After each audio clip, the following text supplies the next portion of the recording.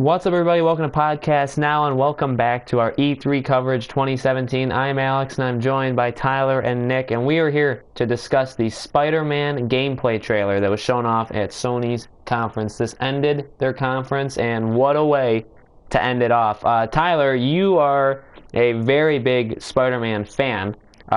Just in general, I really like this game, but I'm not a Spider-Man fan just to begin with. So what, Tyler, did you think about actually seeing it? We saw basically an entire story mission, you would think, or at least a full mission where he does a ton of stuff. He fights, he has cutscenes, he goes throughout the city, there's quick time events. So what did you think about like all the stuff we finally saw? It looked amazing, Alex. I mean, it truly looked spectacular. And the reason I use those, if you don't know, because I think it went over both of your heads, because of the Amazing Spider-Man and the Spectacular Spider-Man, morons. But anyways, the game visually, Spider-Man. We've never had a better looking Spider-Man on a video game. I do think that was a story mission that we saw, probably a very early story mission that we saw, but like almost like a side story, like a side quest type thing. But like you jump in from the cutscene right into gameplay. The HUD, for my taste, is a little bit much. I wish they would tone that down. I'm just gonna turn that off for myself.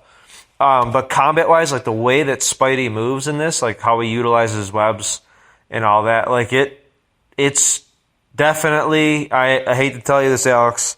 It's probably gonna be as good as, or probably better than Batman Arkham Knight. It just looks really like when he places that web mine and then the guy walks past it and then it gets him. Like there's just so much stuff that you can do. Like you can interact with the environment. He interacts with the crane. Just everything. Like then you get like classic poses. It looks like the best superhero game that we've had. And just the way that he's moved, like the way that Spider-Man moves. We've actually never seen him move like this in even any of the movies. Maybe like Web of Shadows. Yeah, he moved like very, not parkour, but like very, I don't even know what to call it. Like what you would expect Spider-Man to move like, very like gymnastic-y. And as for the fighting part, which we'll talk about next, actually hand-to-hand, what I noticed, at least immediately too, is just the use of the world. And I think that's a cool thing with Spider-Man, with his webs. You know, he can punch people all he wants, but I think the cool thing with him is that he can grab on different things and do different movements with different objects based on whatever it is. And you see that a ton in this gameplay. He takes everything at his disposal.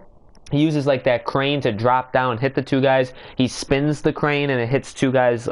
He routinely like hits people really far in the air and then he brings them back with the web. So he does like. So what do you think about them using the environment before even like the environment part of him chasing the chopper? Before that, what do you think about like their use of the environment to help you fight people?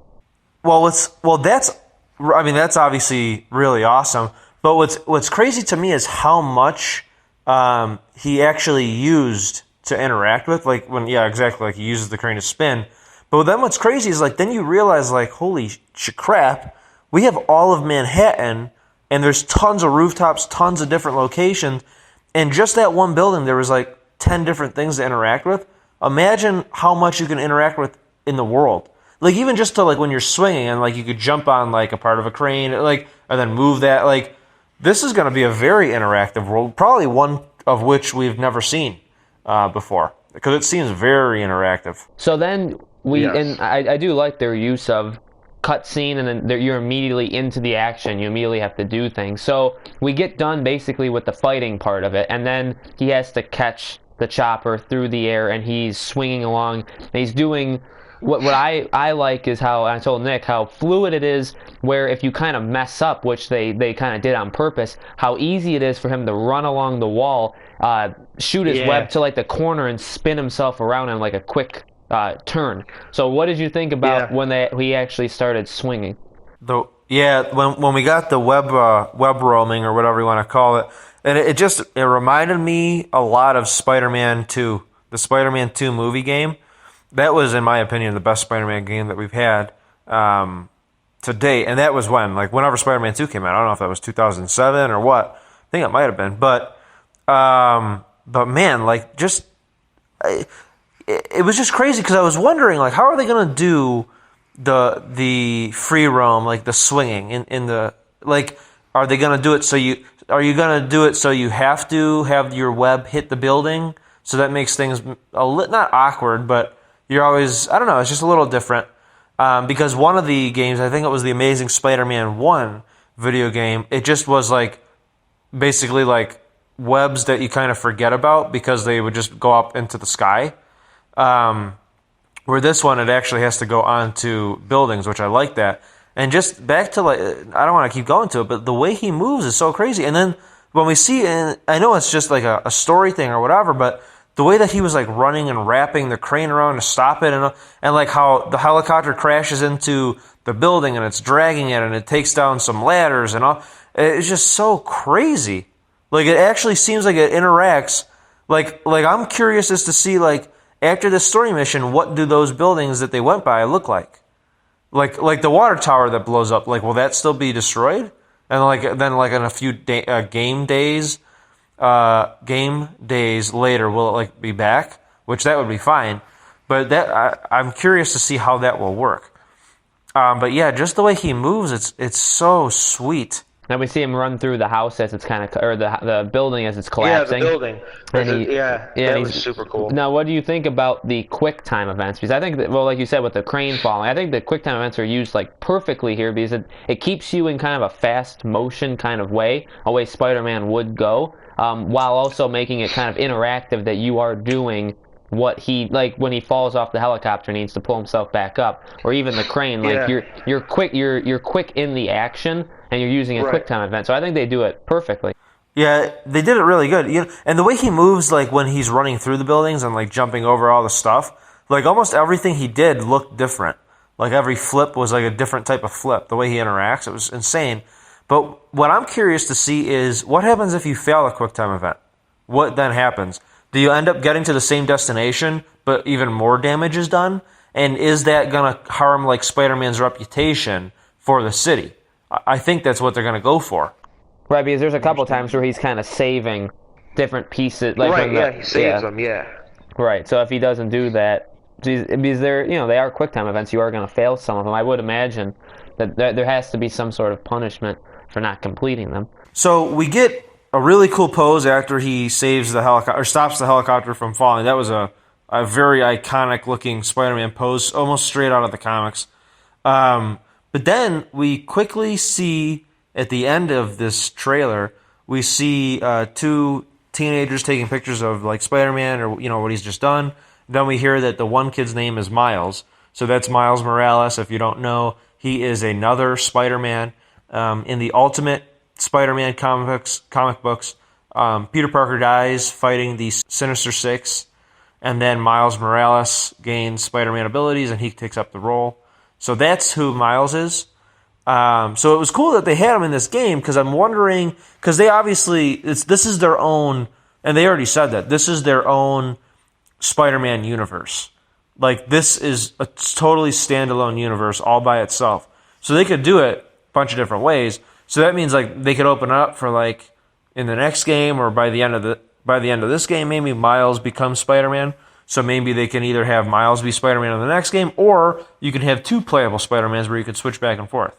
I'm just throwing that idea out there. The fact that they had Miles in this game at all, even like in a trailer, tells me that he's going to have at least a decently large role in this Spider-Man game. Now, I'm curious to see if it's titled Spider-Man, just Spider-Man, or if there's going to be a name, because it's a totally different logo. Well, actually, before we didn't even get a logo. All we got was his symbol. And it just said Spider-Man, hashtag Spider-Man on PS4, hashtag Spider-Man PS4. So now we know it's called at least Marvel Spider-Man, but is it going to be Marvel Spider-Man subtitle? I don't know. We'll have to see. I actually think it's just going to be Sony PlayStation's Marvel and Sony PlayStation Spider-Man. I actually think it's just going to be called Spider-Man. Because again, it's its own Spider-Man universe, totally separate from the movies, any other game, comic, all of it. Their own world. Nick, do you have anything you want to say like at all? Like I said, I'm not really into superhero games that much, but from what I saw, like it looks like the developers put a lot of hard work into making it not feel like a game with a Spider-Man skin slapped on it. They really tried to make it feel like it's I just looking at it, it looked to me like it was like a comic book kind of. I felt like I was watching a comic book or watching or playing one of the old Spider-Man games from PlayStation 1 and 2 era. Right. Yeah, I definitely I definitely might get it. Yeah, and now it comes out in 2018. We didn't get a early or late or anything like that. We just got the year. Maybe it appears at PSX again at the end of this year. It's made from Insomniac, who was the makers of Resistance, and then they made Sunset Overdrive for the Xbox One, and now they jumped back over to PlayStation or Sony for this. So they're a ton of different things. I'm sure they used a lot of what they learned in Sunset Overdrive. Because that's kind of a big, chaotic, fast-moving, fluid moving. We brought a lot of that over to Spider-Man. But it'll be really awesome to actually see when this game comes out, whether it be in the holiday or maybe it's a little bit after God of War or whatever. So it'll be very cool to watch when it comes out, because I do think it's going to be fantastic, probably a Game of the Year contender automatically. It does look really, really special. So, we want to know what you guys thought of the Spider-Man trailer. Let us know in the comments below. Make sure you continue watching all week long for our continued E3 coverage. More games, more conference reviews coming at you. Make sure you subscribe to Podcast Now, our YouTube channel. Make sure you like and share this video, and we will see you on the next one.